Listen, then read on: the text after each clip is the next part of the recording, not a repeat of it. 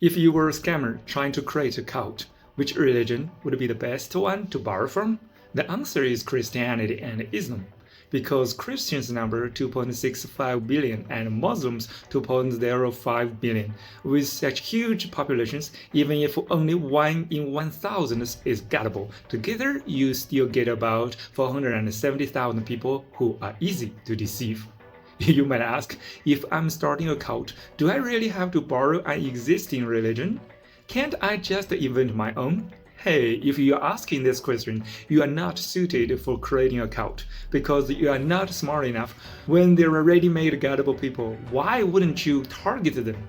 You are not founding a cult to spread wisdom.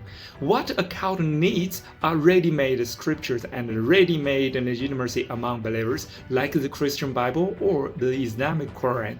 Their followers already consider these texts sacred. If you simply gather people to study scripture, nothing looks suspicious. The evil in a cult doesn't come from the scripture, it comes from the interpretation. A cult leader picks certain passages and spins his own explanation. A mouse has 2 lips, he can justify anything. The scripture is publicly available and recognized by believers, but because the cult leader controls the right of interpretation, he gains their trust. Suppose you are a white American and you want to build a cult in the United States. For example, you claim to be a descendant of the Mayflower. Then you preach like this: 400 years ago, my ancestors conquered a continent and built the great Christian nation on the hill. Now, America is invaded by others. All Christians must unite under my banner. Because I am the legitimate Mayflower heir, I understand the true meaning of American Christianity, and I will restore the glory of the Mayflower and revive the great Christian civilization. Sounds righteous, doesn't it? Who can argue with that? Suppose you are a Muslim and you want to build a cult globally. You claim to be a descendant of Muhammad.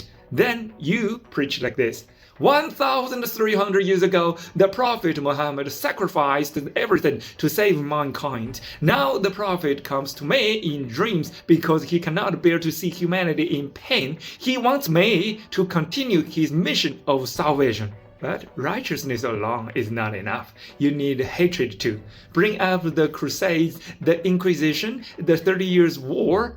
Dig up every historical grievance. Whoever opposes you is the eternal enemy of Christ. Or bring up the massacres during the Arab Empire's expansion, the long wars between the Ottoman Empire and Christian Europe. Anything to make Christians treat Muslims as enemies and Muslims treat Christians as enemies. Those who believe you will be protected by God. Those who don't will face divine punishment. You know, normal people will obviously not believe you, right? But the whole point is to filter out the gullible and gather them around you. Anyone who doesn't believe you, you incite your followers to attack them. Whoever opposes you opposes God, opposes the Christian Orthodox, or opposes the Prophet.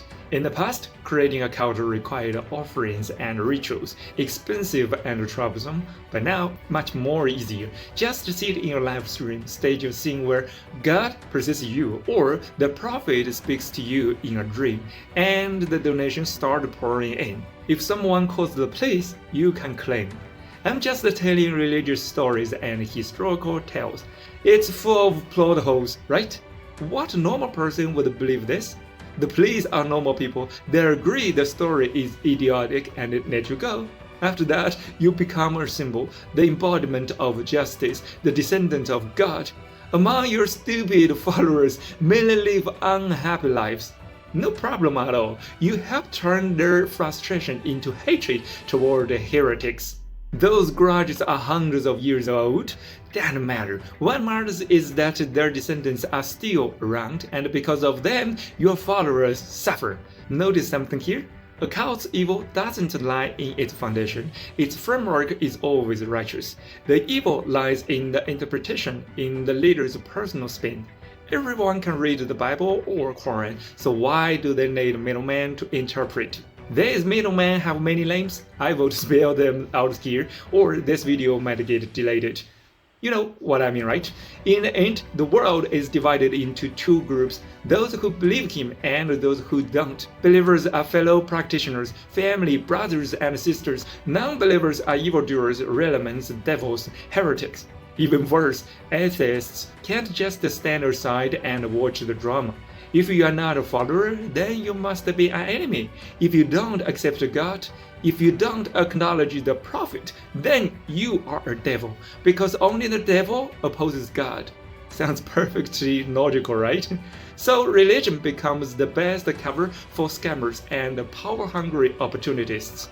There are countless believers around the world willing to be fooled, and the amazing thing is that these believers will even defend the scammers. Isn't that basically Stockholm Syndrome?